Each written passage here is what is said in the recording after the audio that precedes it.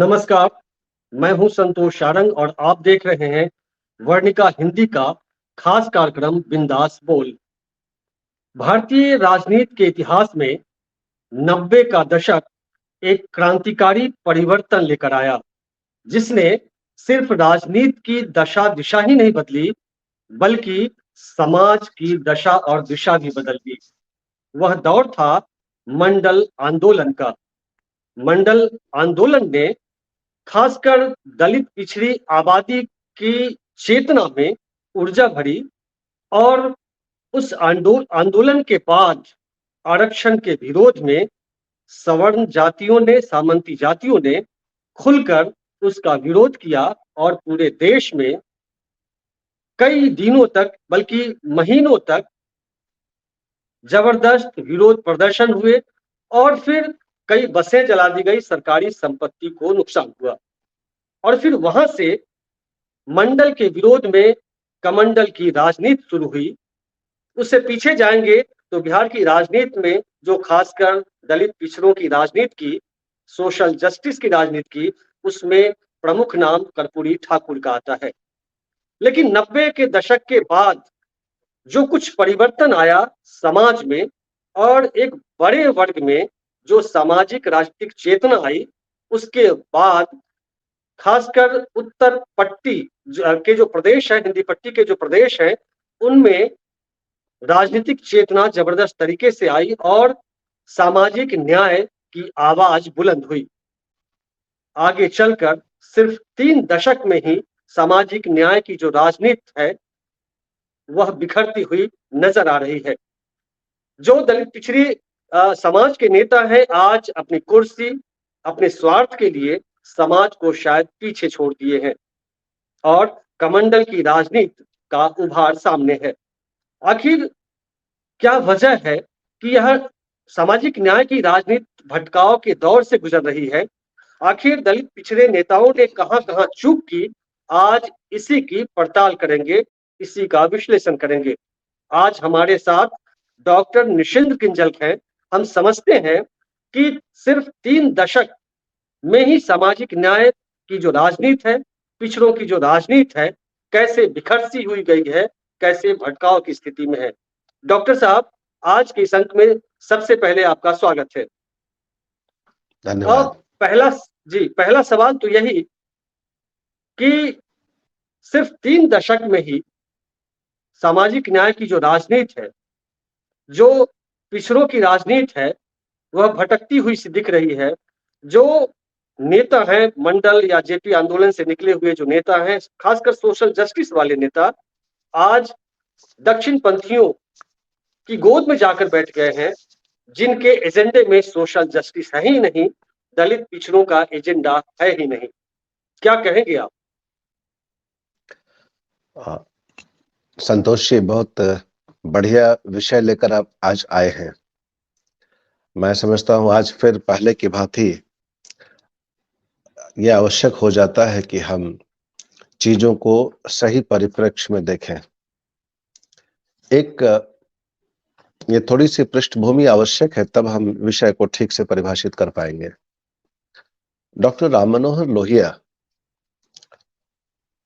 और पंडित जवाहरलाल नेहरू, ये सभी लोग कांग्रेस के नेता थे। जवाहरलाल नेहरू जो थे वो समाजवाद का, कांग्रेस में भी 2 धारा चलती थी, एक धारा समाजवाद की थी और एक दक्षिणपंथी धारा थी। जवाहरलाल नेहरू ने कोशिश किया कि दोनों धाराओं के बीच एक समन्वय बनाए और उनकी अपनी छवि कहीं ना कहीं वो समाजवादी विचारधारा की थी, लेफ्ट रुझान था उनका, और लोहिया जी भी उसी से होकर बाहर आए। तो यहां मैं लोहिया जी की बात पहले करना चाहता हूं। सामान्यतया लोग इस बात को मानते हैं कि लोहिया जी ने जाति परक राजनीति की या फिर पिछड़ी जातियों के उत्थान की बात की। उन्हें जाति के चश्मे से ही देखा गया बराबर। जबकि आप ध्यान देंगे तो पाएंगे कि लोहिया जी ने कहा था, पिछड़ा पावे 100 में 60, इसके पीछे उनकी मंशा थी एक सबल और विकसित अच्छे राष्ट्र की कल्पना थी। उनका कहना था कि यदि राष्ट्र के 60% या 2/3 या 3/4 आबादी कमजोर रहेगी आर्थिक रूप से, सामाजिक रूप से, शैक्षणिक रूप से, तो हम एक अच्छे राष्ट्र के निर्माण की बात नहीं कर सकते। इसलिए उन्होंने इस पर फोकस किया कि जो कमजोर वर्ग है उन्हें आगे लाने का काम जरूर करना चाहिए, और तब उन्होंने नारा दिया था, पिछड़ा पावे 100 में 60। चलिए इस पृष्ठभूमि को लेकर तब हम आगे बढ़ते हैं। आज का दिन है, एक ताकि सनद रहे, मैं सामने रखना चाहता हूं। आज ही इस बात की घोषणा हुई है कि भारत के पूर्व उप प्रधानमंत्री लाल कृष्ण आडवाणी जी को भारत रत्न दिया गया है। आज ही इसकी घोषणा भी हुई है। इस बात को यहीं छोड़ता हूं। आपने पूछा कि ये पिछले 3 दशकों में पिछड़ों की राजनीति कहां चली गई। आगे बढ़ने से पहले 1990 में लालू जी मुख्यमंत्री बने थे, आपको याद होगा, और वो मार्च का महीना था, 10 मार्च का दिन था।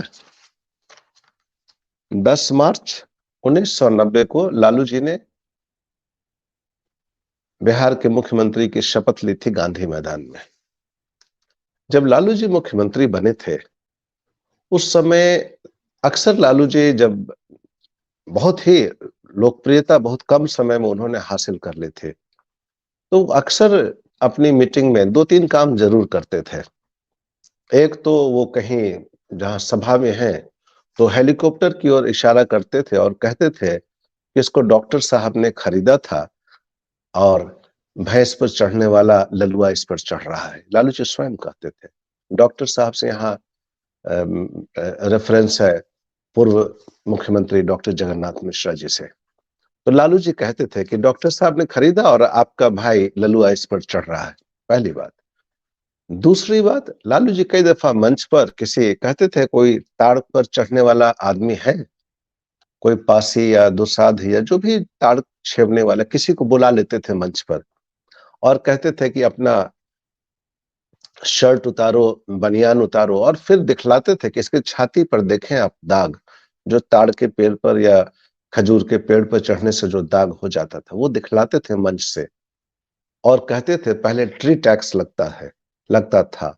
हम लोगों ने भी देखा था कि वो ताड़ के पेड़ का वो आबकारी टैक्स लगा करता था, ये बात सही है। लालू जी ने कहा कि ये ट्री टैक्स क्या होता है, इसको फ्री टैक्स कर दिया। तो 2 चीज, एक हेलीकॉप्टर वाली बात और ये बात। और तीसरी चीज लालू जी बराबर कहा करते थे कि अब वो जमाना गया जब रानी के पेट से राजा पैदा होगा, अब चमैन के पेट से भी राजा पैदा होगा, भांगी के पेट से भी राजा पैदा होगा, किसी भी गरीब के पेट से राजा पैदा होगा। राजा से उनका तात्पर्य था शासक या नेता पैदा होने की बात, लालू जी कहते थे। इस बात को मैं यहीं पर छोड़ता हूं।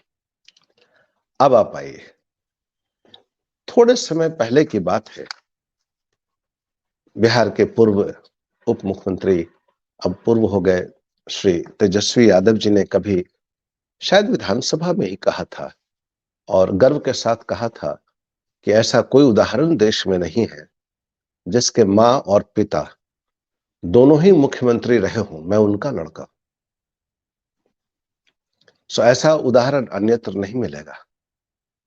बहुत फख्र के साथ उन्होंने कहा कि एकमात्र उदाहरण देश में ऐसा है जिसके मां और पिताजी दोनों ही मुख्यमंत्री थे और मैं उनका बेटा हूं। इस बात को मैं यहीं पर छोड़ता हूं। मुझे लगता है कि जो आपने जो प्रश्न पूछा था उसका जवाब करीब करीब 80% जवाब मैं दे चुका हूं। लालू जी ने कहा था, अब वो जुग गया जब रानी के पेट से राजा पैदा नहीं होगा, चमैन के पेट से भी राजा होगा और किसी भंगी परिवार की महिला के पेट से भी राजा पैदा या नेता पैदा होगा। और तेजस्वी जी ने कहा कि मैं एक उदाहरण हूं कि मैं एक पूर्व मुख्यमंत्री मां का पुत्र हूं और एक पूर्व मुख्यमंत्री पिता का पुत्र। तो कहना ये चाहता हूं, इसमें कोई बुराई नहीं है कि वो पूर्व मुख्यमंत्री के पुत्र हैं या कोई नेता के पुत्र को नेता नहीं बनना चाहिए, इसमें कोई बुराई नहीं है। लेकिन यहां आप देखेंगे, चूंकि हम पिछले 3 दशकों की बात कर रहे हैं, कर्पूरी ठाकुर जी जब मुख्यमंत्री बने थे, सॉरी, लालू जी जब मुख्यमंत्री बने थे, तो याद होगा उस समय लालू जी, रामसुंदर दास जी और रघुनाथ झा 3 उम्मीदवार बनाए गए थे मुख्यमंत्री के लिए, और तीनों के पीछे अलग अलग नेताओं का वरद हस्त था, और 4 वोट मात्र से लालू जी वो चुनाव जीत गए थे, और उसके बाद ये मुख्यमंत्री बने। 1990 का जो चुनाव हुआ था, उसमें आपको मैं जैसे ही कुछ तथ्य सामने रखूं, इससे परिप्रेक्ष्य स्पष्ट होता है। पहली बार हिंदुस्तान में ऐसा हुआ था, और बिहार में खास करके 1990 में जो विधायकों की संख्या थी बिहार विधानसभा में, पिछड़ी जातियों की संख्या 117 थी और अगड़ी जातियों के विधायकों की संख्या 105 थी।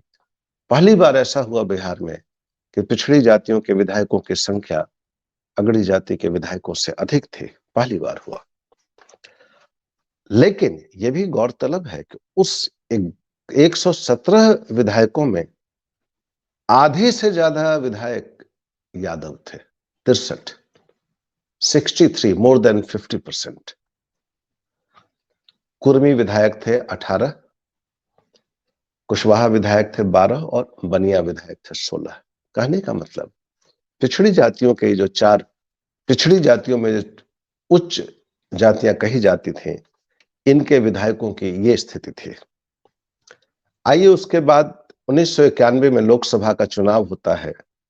उसमें 54 लोकसभा के सीटें बिहार में थी, उस जिसमें आपको शेड्यूल कास्ट और शेड्यूल ट्राइब की भी सीटों को जोड़ा जाए। उस 54 में 24 लोकसभा की सीटों पर पिछड़ी जाति के सांसदों ने विजय हासिल की, जिसमें 24 में 13, मोर देन 50% यादव सांसद थे। 91 की बात मैं कर रहा हूं। फिर कुर्मी 6 थे, कुशवाहा 4 थे और बनिया 1। इसके बाद आइए 1995 में विधानसभा चुनाव होता है। इसमें पिछड़ी जाति के विधायकों की संख्या 117 से बढ़कर 161 हो गई 1995 में। यह वही चुनाव था जिस चुनाव के रिजल्ट के बाद लालू जी, इसी चुनाव में टीएन शेषन जो मुख्य चुनाव आयुक्त थे, उन्होंने कहा था कि बिहार में रिगिंग होती है। बहुत कड़ाई उन्होंने चुनाव में की थी, गरीबों को वोट डालने का अवसर मिला, और इसमें 161 विधायक थे जो पिछड़ी जातियों से थे, और सवर्ण विधायकों की संख्या घटकर 56 रह गई, 56। और इस 161 विधायकों में, पिछड़ी जाति के विधायकों में 86 करीब करीब आधे से ज्यादा विधायक फिर यादव जाति से थे। कुर्मी 27, कुशवाहा 18 और बनिया 18 और कुशवाहा 13। मैं क्यों इस बात को कह रहा हूं? जो आपका कहना है कि पिछड़ी जाति के या फिर जो बहुजन समाज का जो आंदोलन कहां बिखर गया और क्यों बिखर गया, ये जो मैं आपके सामने तथ्य डाल रहा हूं, ये तथ्य ये बताने के लिए काफी है कि उस समय जब बात चलने लगी कि पिछड़ों का शासन आया है या सभी वर्गों का शासन आया, कमजोर वर्गों का शासन आया है, उस समय आपको यह भी याद होगा कि लगातार जातियों के नाम पर या फिर छोटे वर्गों के नाम पर रैलियां की जाने लगी, उनके पत्र पत्रिकाएं निकलने लगी, या दूसरे शब्दों में कहें तो काफी जागरूकता आई पिछड़े वर्गों में। तो जागरूकता जब आती है तो वह वर्ग फिर अपने हिस्से की भी बात करता है, और वहां फिर जो हकमारी होती है वो फिर दिखने लगता है, और यही हुआ। ये हकमारी पहले इसी को हाँ, एक मिनट, इसी को भुना रहा है वो जो भाजपा भुना रही है, एंटी इसको तो यादव करके।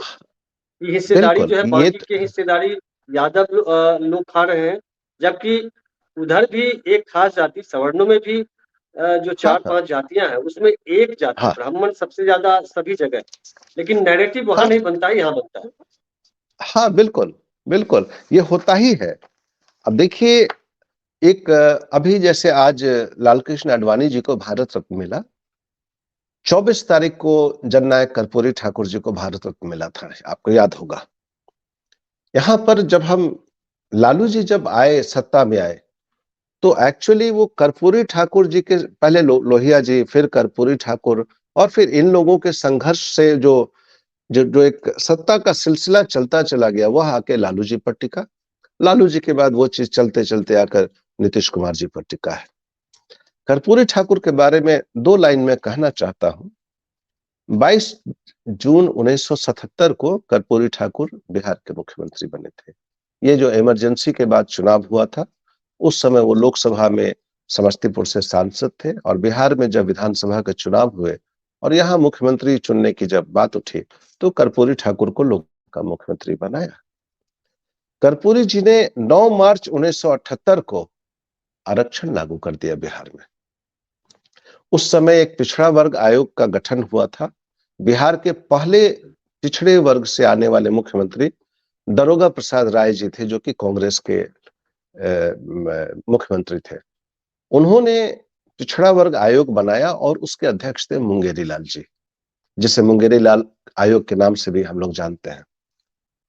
लेकिन कांग्रेस ने 72 से लेकर 77 तक में कांग्रेस पार्टी ने कभी भी इसको लागू करने के बारे में नहीं सोचा। तो कर्पूरी ठाकुर जी आए तो उस आयोग की अनुशंसाओं को वो सामने ले आए और उसको उन्होंने लागू कर दिया 1 अप्रैल 1978 से। उसमें 26% आरक्षण का प्रावधान था। बाद में उसका बहुत जबरदस्त विरोध भी हुआ और समर्थन भी हुआ। विरोध इतना ज्यादा था कि आप लोगों ने सुना ही होगा कि आरक्षण कहां से आई, फला की मां भी आई। इतने गंदे गंदे उसमें स्लोगन चलते थे। मैं उस समय लंगट सी कॉलेज का छात्र था, देखता था कितना आक्रामक उस समय तेवर था आरक्षण के विरोध का। खैर, तो कर्पूरी ठाकुर जी की सरकार को थोड़े समय बाद रामसुंदर दास जी को सामने करके उनकी सरकार को गिरा दिया गया था। रामसुंदर दास जी को आगे करके कौन कौन लोग थे वो मैं नाम बताना चाहता हूं। ये सब तथ्य हैं। रामसुंदर दास जी के सामने लाने के पीछे था कि कर्पूरी ठाकुर को पीछे करना है, और इसमें संगठन कांग्रेस और जनसंघ, इन दोनों की भूमिका थी। नेता कौन थे इसमें?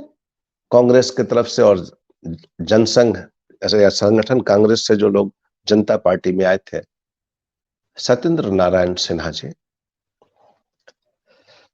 और उस समय बसावन सिंह, रामानंद तिवारी जी और कैलाशपति मिश्रा। ये चारों अपने हाथ में इन लोगों ने सत्ता को लिया और रामसुंदर दास जी को सामने कर दिया। जो आप कह रहे हैं एक्जैक्टली वही चीज है।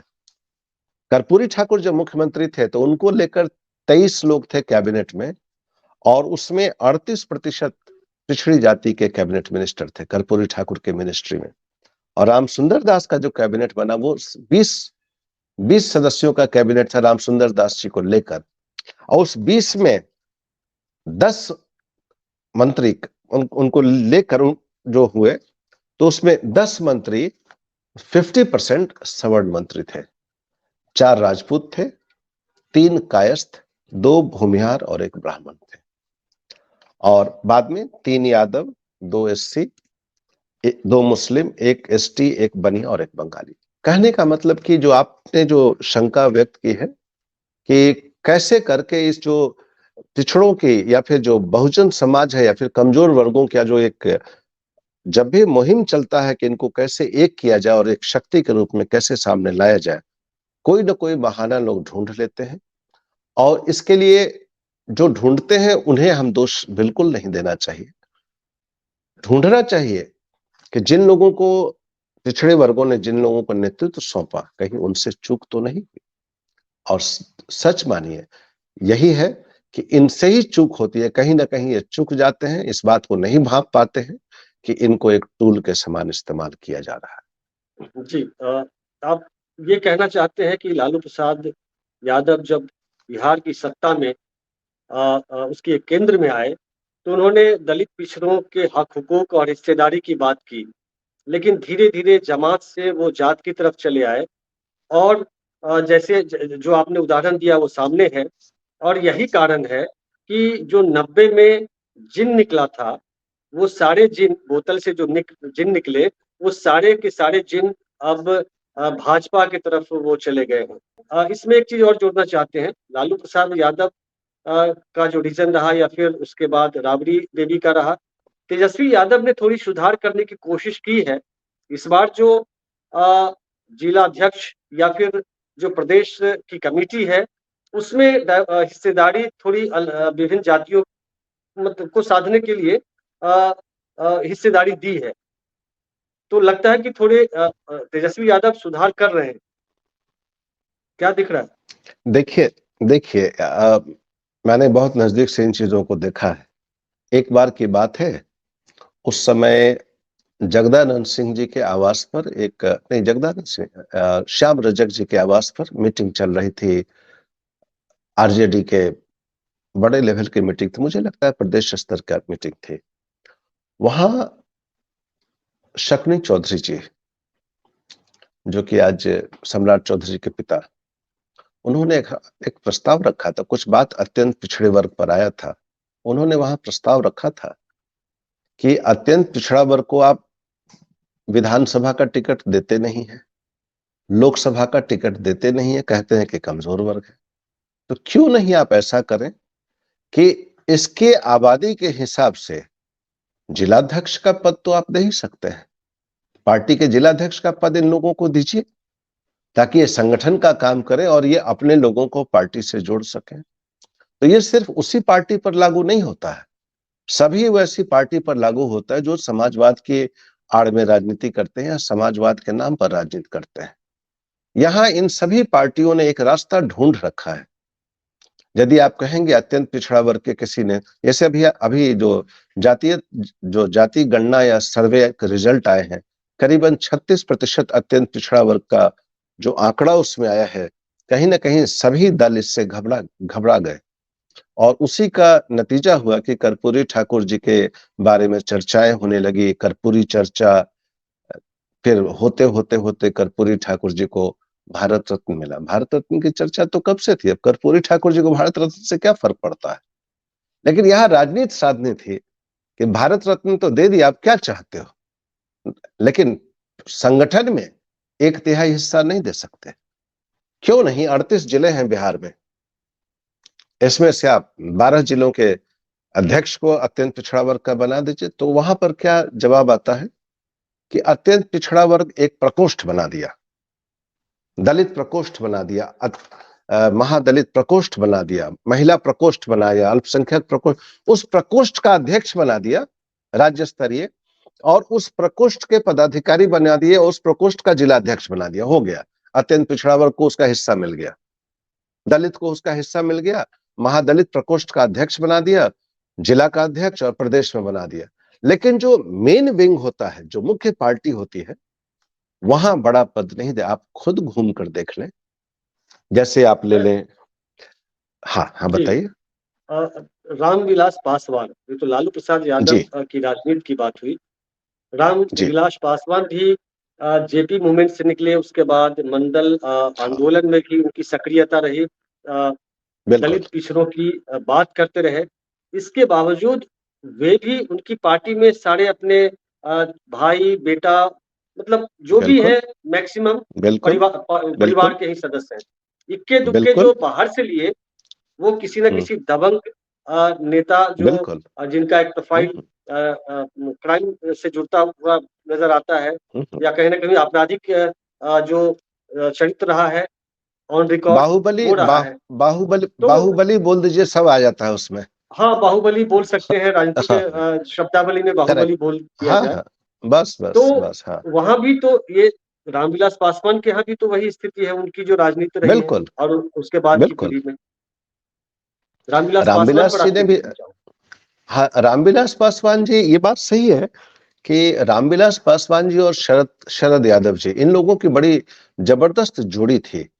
विश्वनाथ प्रताप सिंह जी जब प्रधानमंत्री बने, तो बहुत हद तक कहा जाता है कि मंडल कमीशन को ठंडे बस्ते से निकालकर सामने लाना और फिर उसको विश्वनाथ प्रताप सिंह जी के द्वारा लागू कराना, ये रामविलास जी और शरद यादव, इन दोनों के दिमागी उपज थी और इन लोगों ने इस काम को किया। इसमें कोई दो मत नहीं है कि शुरुआती दौर के जो रामविलास जी थे, उनका कमिटमेंट जो था कमजोर वर्गों के उत्थान के लिए बहुत जबरदस्त था। इस पे कोई कोई उंगली नहीं उठा सकता। लेकिन फिर वही बात उठी, लालू जी पर भी नहीं उठा सकते आप। लेकिन तब प्रश्न उठता है जब रामविलास जी को अपने पार्टी का की बागडोर, क्योंकि पार्टी क्या है भाई, आपको जो जो सत्ता मिली, रामविलास जी जब 1977 में गिनीज वर्ल्ड बुक में रिकॉर्ड बना के 4.25 लाख वोटों से हाजीपुर से चुनाव जीते थे। उस 4 लाख समय की 5 लाख? रामविलास जी को 4.25 सवा चार। 4.25 दोबारा में 5 लाख हुआ। तो पहली अच्छा। बार 4.25 लाख वोट से वहां जीते। तो जो जीते, तो उस समय तो रामविलास जी के पास जो भी राजनीतिक सत्ता आई थी, वो सत्ता तो लोहिया जी, आचार्य नरेंद्र देव, जयप्रकाश नारायण, कर्पूरी ठाकुर जैसे लोगों के कारण जो सत्ता आई थी, वो रामविलास जी के, जॉर्ज साहब थे, राजनारायण जी थे, उसके कारण वो सत्ता इनको मिली थी। उस सत्ता से रामविलास जी ने कालांतर में लोक जनशक्ति पार्टी बनाई और जी। अपने बाद किसको उसका अध्यक्ष बनाया? चिराग पासवान को। ये कौन सा समाजवाद है? हम चिराग पासवान के विरोध में नहीं है। सवाल ये उठता है कि क्या चिराग पासवान उनके पुत्र हैं, सिर्फ यही पात्रता काफी है? उनके पार्टी में और वरिष्ठ लोग नहीं रहे होंगे जिन्होंने उनके साथ मिलकर संघर्ष किया होगा? उनको राष्ट्रीय अध्यक्ष नहीं बनाना चाहिए था? जैसे पशुपति पारस जी भाई हैं, ठीक है, लेकिन उसके अलावा और लोग भी तो रहे होंगे। तो उन्होंने किसी कार्यकर्ता को क्यों नहीं उस अध्यक्ष पद के लिए चुना? पुत्र को ही क्यों चुना, जो पुत्र उस समय तक शायद सांसद भी नहीं था? या जस्ट, मुझे याद है कि संसदीय समिति का चेयरमैन चिराग पासवान को उन्होंने बनाया था और शायद जमुई से जब वो सांसद हो गए 2014 में, उसके बाद उन्होंने उनको पार्टी का अध्यक्ष भी बना दिया। तो ये जो समाजवाद के जरिए परिवारवाद में घुसना जो है, ये सब लोग बाहर निकले कांग्रेस को, हिंदी शब्दों में कहें तो गरियाते हुए। कांग्रेस विरोध में इन लोगों की राजनीति का उदय हुआ और कांग्रेस का जब विरोध करते थे तो ये बात उठती थी कि कांग्रेस में परिवारवाद और पूंजीवाद और सामंतवाद तीनों है, और सामंतवाद, पूंजीवाद और परिवारवाद, और आप स्वयं उसी परिवारवाद में आप खुद जा रहे हैं। ये कैसा समाजवाद है? तो जहां से हम लोगों की चर्चा हुई संतोष जी, कि जो पिछड़ी जातियों का या पिछड़े वर्ग का जो आंदोलन बिहार में चला, ये बात सही है। 1990 से लगातार सत्ता में समाजवादी पार्टियां हैं, पहले लालू जी, फिर राबड़ी देवी जी, फिर नीतीश कुमार जी, थोड़े वक्त के लिए जीतन राम मांझी जी, और अभी फिर नीतीश कुमार जी। ये सारे लोग समाजवादी पृष्ठभूमि से हैं। इसमें से आप ध्यान दीजिएगा तो राष्ट्रीय जनता दल घूमते घूमते वहीं पहुंच गई और रामविलास पासवान जी की पार्टी भी वहीं पहुंच गई, और कमोबेश यही हाल जीतन राम मांझी जी की जो भी पार्टी हम पार्टी है उसका भी वही हाल है। उनकी भी पार्टी, उनको जब मुख्यमंत्री बनाया गया था तो वो उनको कोई वो परिवारवाद के कारण नहीं मिला था। उनकी राजनीतिक पृष्ठभूमि थी, उनका अपना संघर्ष था, उनके समाज सेवा का बहुत बड़ा इतिहास रहा है, और तो उसके बाद नीतीश कुमार जी ने उनको चुना और मुख्यमंत्री बना दिया। अब उनके वारिस उनके पुत्र हो गए। तो ये कैसा जी। समाजवाद चल रहा है? लेकिन नीतीश कुमार, जैसे समाजवाद की बात आपने कही, परिवारवाद बुरा है, लेकिन नीतीश कुमार की जो राजनीति है, मुझे लगता है सोशल जस्टिस से ज्यादा जो सांप्रदायिक जो शक्तियां हैं, जिनके साथ उनके एक पैर तो उधर रहे हैं और एक पैर इधर रहे हैं, तो समाज को उन बहुत एड्रेस नहीं कर पाए। उनकी राजनीति ने कहाँ एड्रेस किया जो सोशल जस्टिस की राजनीति है उसको, समाजवाद की हाँ, जो राजनीति रही है। ये बात एक हाथ में आपने बिल्कुल समाजवाद, दूसरे हाथ में हाँ, सांप्रदायिक जो चीजें हैं बिल्कुल। वो। देखिए, वही ये दुर्भाग्य रहा कि जब आपको याद करिए, जब आरक्षण की वजह से जब कर्पूरी ठाकुर की सरकार चली गई थी, उस समय एक हम नेता थे राम अवधेश सिंह और बाबूलाल शास्त्री जी। इन लोगों ने जयप्रकाश नारायण पर सीधा आरोप लगाया था कि आप द्विजवादी द्विजवादी राजनीति करते हैं। सीधा बाबूलाल शास्त्री जी ने उनको पत्र लिखा था और राम अवधेश सिंह जी ने आरोप लगाया था कि जयप्रकाश जी आप द्विजवादी राजनीति करते हैं। उस समय नीतीश जी ने एक फॉर्मूला दिया। लोग आज के तारीख में लोगों को ये फॉर्मूला सब याद नहीं होगा। नीतीश जी ने उस समय एक फॉर्मूला निकाला और कहा था कि सामाजिक, शैक्षणिक और आर्थिक तीनों आधार को बनाकर आरक्षण देना चाहिए। चलिए इस बात से थोड़ा हटते हैं। लालू जी जब पहली बार मुख्यमंत्री बने थे, उनको मुख्यमंत्री बनाने में देवीलाल जी, शरद यादव जी और नीतीश कुमार जी तीनों की बड़ी महत्वपूर्ण भूमिका थी लालू जी को मुख्यमंत्री बनाने में। नीतीश कुमार की जो राजनीति रही और जहां तक मैंने उसको समझा है, आप इस बात को तो मानेंगे कि सबसे पहले कोई व्यक्ति चाहता है मैं स्वयं कैसे जीवित रहूं, और जब जीवित रहता है उसके बाद सोचता है कि चलो अब मैं समाज के लिए क्या सोच सकता हूं। तो नीतीश कुमार जो पहली बार तो वो सन 2000 में बने थोड़े दिनों के लिए और फिर वो चले गए थे। 2005 में जो पहली बार ये मुख्यमंत्री बने, भारतीय जनता पार्टी और समता पार्टी या जदयू का जो गठबंधन था, आप याद करेंगे 2005 से 2010 तक एक सरकार चली, उसमें लोगों को लगा कि कहीं ना कहीं जो एक ठहराव सी चीज आ गई थी। हालांकि इस पर भी विरोध है, बहुत से लोग इस बात को मानते हैं कि लालू प्रसाद जी के जो 15 साल का शासनकाल था उसमें गरीबों को या कमजोर वर्ग के लोगों को सिर उठाकर जीने का या अपनी बात को कहने का अवसर मिला। ये बात है, इससे मैं भी इनकार नहीं कर सकता। लेकिन जो भी रहा हो, ये बहुत बड़ी शक्ति थी जो उस शासन से मुक्ति चाहती थी, और इन लोगों ने नीतीश कुमार में अपना एक एक विकल्प ढूंढा। और जिस जिस जिन्न की बात हम लोग करते हैं, ये वो जातियां थी, छोटी छोटी जातियां थी, कोई 125 से 150 जातियां जो अत्यंत पिछड़े वर्ग में आती थी, महादलित में आती थी। और ये सारी जातियों का, ये सारे वर्गों का मोह भंग हो चुका था लालू प्रसाद और राबड़ी देवी के शासनकाल से। तो ये सब अल्टरनेटिव ढूंढ रहे थे।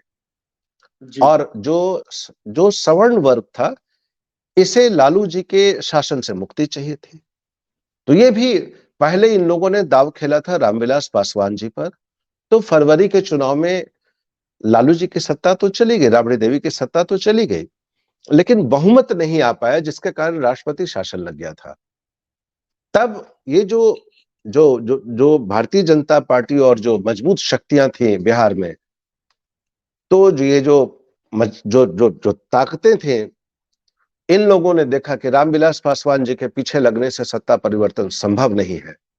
तो इन लोगों ने नया दांव चला और तब इन लोगों ने नीतीश कुमार को मोहरा बनाया, और तब इन लोगों को बहुमत मिला। 2005 के जो जाड़े में नवंबर में सरकार बनी थी, नीतीश कुमार मुख्यमंत्री बने। फिर वहां पर शुरू होता, आप याद करिएगा, नीतीश कुमार जी जब मुख्यमंत्री बने तो नीतीश कुमार मुख्यमंत्री बनने से थोड़े ही दिन पहले इन्होंने एक कर्पूरी ठाकुर के बारे में एक बहुत बड़ी सभा हुई थी श्री कृष्ण मेमोरियल हॉल में। उसमें नीतीश कुमार जी ने कहा था कि मैं जब भी कभी सत्ता में आऊंगा तो मैं अत्यंत पिछड़ा वर्ग को या कमजोर वर्गों को हक दिलाने का पूरा प्रयास करूंगा।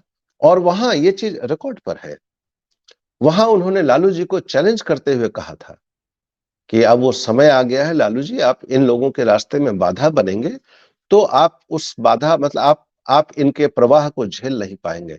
यह है अत्यंत पिछड़ा वर्ग के जो आयोग की रिपोर्ट है, उस रिपोर्ट में है। तो नीतीश कुमार जी ने ये किया कि उसके बाद चुनाव में जो त्रिस्तरीय चुनाव है उसमें आरक्षण लागू कर दिया इन्होंने, अत्यंत पिछड़ा वर्ग के लिए, कमजोर वर्गों के लिए आरक्षण लागू किया। यहीं से फिर इनके फ्लिप फ्लॉप की कहानी यहीं से शुरू हो जाती है। नीतीश कुमार जी को जो वर्ग शासन में लेकर आए थे, वो कैसे बर्दाश्त करते कि कोई लोहार का बेटा, कोई बढ़ई का बेटा, कोई तेली का बेटा मुखिया बने और सरपंच बने, उसके दरवाजे पर हम जाए। यहीं से नीतीश जी में और उन लोगों में टकराव की राजनीति शुरू हुई। उन लोगों ने कहा कि भाई तुमको लाए तो हम थे, और ये कौन सी तुमने नई राजनीति शुरू कर दी। यहीं से नीतीश जी को कठिनाई होनी शुरू हुई। फिर वो अमीर दास आयोग की रिपोर्ट आई। उस रिपोर्ट के सामने आने पर जो बिहार में एक जो जातीय दंगे और एक वायलेंस का माहौल था, उस पर काफी ऐसी ऐसी टिप्पणी थी, ऐसी ऐसी अनुशंसाएं थी जो बहुत से लोगों को असहज करने वाली थी। तो ये सारी चीजें जब आने लगी तो नीतीश कुमार पर बहुत दबाव बनने लगा और बहुत सी चीजों में मुझे लगता है उन्होंने बैक ट्रैक भी किया। उसके बाद से उन्होंने खोजना शुरू किया कि अब जाएं तो जाएं कहाँ। और उसके बाद जो कहानी शुरू हुई तो वो फ्लिप फ्लॉप आज तक चल रहा है, वो आप बहुत अच्छे से देख रहे हैं। आगे बताइए। जी। अंतिम सवाल, परिवारवाद की उपज बीजेपी के बिहार प्रदेश अध्यक्ष सम्राट चौधरी है। सम्राट चौधरी बिल्कुल। ने आज सामाजिक न्याय के सबसे बड़े लड़ाके रहे शहीद जगदेव प्रसाद जी की जयंती के अवसर पर बिहार शरीफ में शायद उन्होंने कहा है कि कुशवाहा पर अगर कोई भी आंच आती है तो खून की नदियां बहा देंगे। ये इस तरह की टिप्पणी क्या समाज को स्वीकार होगा या फिर पार्टी को स्वीकार होगा? क्या ऐसे नेता किसी समाज को सही दिशा दे सकता है या फिर भटकाव की ओर ले जाएगा? देखिए। क्योंकि आक्रामक भाषण दिया है। अभी जाति का नाम लेकर जमात की बात करते तो एक समझ में बात आती कि यदि दलित पिछड़ों आदिवासियों पर अगर कोई आंच आए तो हम वो कर लेंगे, तो एक बड़ी आबादी को कवर करते। कुशवाहा का नाम लेकर क्या बाकी जातियों को ये नाराज तो नहीं कर रहे हैं? क्या कहेंगे? देखिए, आपको थोड़ी देर के लिए आप यदि याद याद करेंगे, वो जो एनआरसी का जो एक आंदोलन चला था, शाहीन बाग का दिल्ली का आंदोलन था, धरने पर लोग थे वहां। किसी केंद्रीय मंत्री ने शायद कहा था, गोली मारो जी, सालों को, डॉन। शायद शायद याद होगा हुँ, आपको। हुँ। तो जहां इस प्रकार की राजनीति, और प्लस यह भी हम लोगों ने देखा है कि महात्मा गांधी की मूर्ति लगी है और उसको प्रतीकात्मक रूप से ही सही गोली मारा जा रहा हो, और ये सब लोग संसद में बैठे हों। संसद में कुछ सांसद किस प्रकार से सिर्फ उनके विचारधारा को नहीं मानने पर किस प्रकार का विरोध प्रकट होता है। तो जिस प्रकार की राजनीति आज चल रही है उसमें, जैसा आज आप बता रहे हैं, मैंने इसको देखा नहीं है लेकिन आप बता रहे हैं कि ऐसा सम्राट चौधरी जी ने कहा है। आज वो बिहार के उप मुख्यमंत्री भी हैं। मुझे लगता है कि शायद एक चलन आ गया है आक्रामकता का। उग्रवाद, एक नया उग्रवाद शुरू हुआ है देश में, और मुझे लगता है यह उग्रवाद चारों तरफ दिख रहा है, जो कि समाज और देश के लिए बढ़िया नहीं है। कम से कम जो लोग बड़े पदों पर बैठे हैं, जिनसे समाज नेतृत्व की उम्मीद करता है और जिनसे समाज को आशा है कि ये समाज को बेहतरी की ओर ले जाएंगे, उनको अपनी भाषा और अपने जो अप्रोच है वो निश्चित रूप से मर्यादित रखना चाहिए, मेरा अपना मानना लेकिन लेकिन इसके पीछे जो अभी राजनीति हो रही है देश में, है। बाँटो और राज करो। जो डोमिनेंट जाति है बिल्कुल। उसको खलनायक खलनायक बना दो। जैसे यहाँ बिहार में एनटी यादव, यूपी में भी एनटी यादव, जाधव, एनटी कहीं जाट करके समाज को बांटने की कोशिश है। कुशवाहा समाज को हाँ, ये खलनायक बनाने के पीछे कोई शक्ति तो नहीं लगी है कि इस तरह का बयान दिलवाओ। जो कुशवाहा जाति कल तक कबीरपंथी हुआ करती थी, इसके लोग हुआ करते थे, आर्यक और आर्य समाज को फॉलो करते थे, यानी मध्यमार्गी कहलाते थे और बहुत शांत रहते थे। इनको ना बिल्कुल। काहू से दोस्ती ना काहू से बैर। लेकिन इस बयान के बाद आक्रामकता बढ़ेगी। जाति, चूंकि इनके बयान के बाद जाति के बहुत सारे लोग एग्रेसिव होंगे, तो खलनायक बनाने के पीछे देखिए, कोई शक्ति तो नहीं है कि ये कल देखिए, एनटी यादव था जो और एक, फिर हाँ, आने वाले समय में एनटी कुशवाहा करके बाकी जातियों को, छोटी छोटी जातियों को उसके खिलाफ कर दिया जाए। देखिए, ये जो सेक्टेरियन अप्रोच है और उन्माद और उग्रवाद को बढ़ाना, यह एक सोची समझी राजनीति का हिस्सा भी हो सकता है और एक त्वरित टिप्पणी भी हो सकती है।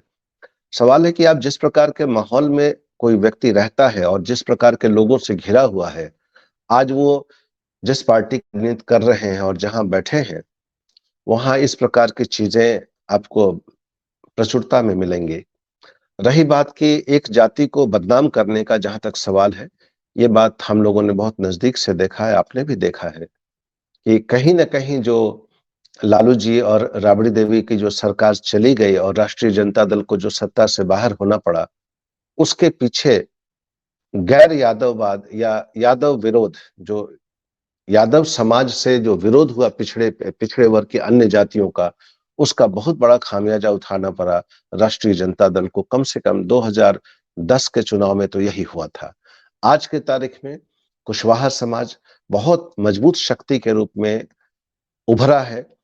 और इस समाज, क्योंकि शुरू में भी आप यदि याद करेंगे तो एक त्रिवेणी सभा करके बनाई गई थी, जिसमें जो कुशवाहा समाज, यादव और कुर्मी समाज तीनों की एक धारा बनी थी, और उस धारा के माध्यम से इन लोगों ने पिछड़े वर्गों को नेतृत्व देने के बारे में योजना तैयार की थी। तो उस समय में कुशवाहा समाज से लोग जुड़े थे, और तब से लेकर आज तक इन लोगों का एक बहुत समृद्ध इतिहास रहा है कि किस प्रकार से समाजवाद का जो आंदोलन है, या जो जो पिछड़ों का आंदोलन है, या कमजोर वर्गों का आंदोलन है, उसको दिशा दी जाए। तो हो सकता है, मैं आपकी जो शंका है, हो सकता है कि ये शंका आपकी निर्मूल नहीं है, इसके पीछे कुछ सोचा समझा हुआ दिमाग काम कर रहा हो तो मैं कुछ नहीं कह सकता, लेकिन ऐसा होना श्रेयस्कर नहीं। जी, बहुत बहुत धन्यवाद। आज आप ने बहुत अच्छे तरीके से इस विषय पे अपनी बात रखी। शायद हमारे दर्शकों को पसंद आए। आज जिस दौर से राजनीति गुजर रही है, उसमें दलित पिछड़े नेताओं को आत्मचिंतन, आत्ममंथन करने की जरूरत है कि क्यों राजनीतिक महत्वाकांक्षा इतनी बढ़ गई कि समाज पीछे छूट गया, और कुर्सी के लिए, अपनी राजनीति के लिए न उनके अपने कथनी करनी में अंतर रहा, और न ही वे समाज के साथ दिख रहे हैं, कभी इधर तो कभी उधर। तो आत्मचिंतन करने की जरूरत है, और उस समाज के लोगों को भी अपने नेताओं को पहचानने की जरूरत है। तो इस विषय पर हम और भी आगे एपिसोड करने वाले हैं कि कैसे सामाजिक न्याय की राजनीति भटक गई है, और दक्षिणपंथी जो कमंडल की राजनीति थी, उसने सोशल जस्टिस की राजनीति को एक तरह से बिखेर दिया है। तो चलिए, इस एपिसोड में इतना ही। फिर मिलते हैं अगले एपिसोड में किसी नए विषय के साथ। तब तक के लिए नमस्कार, शुक्रिया।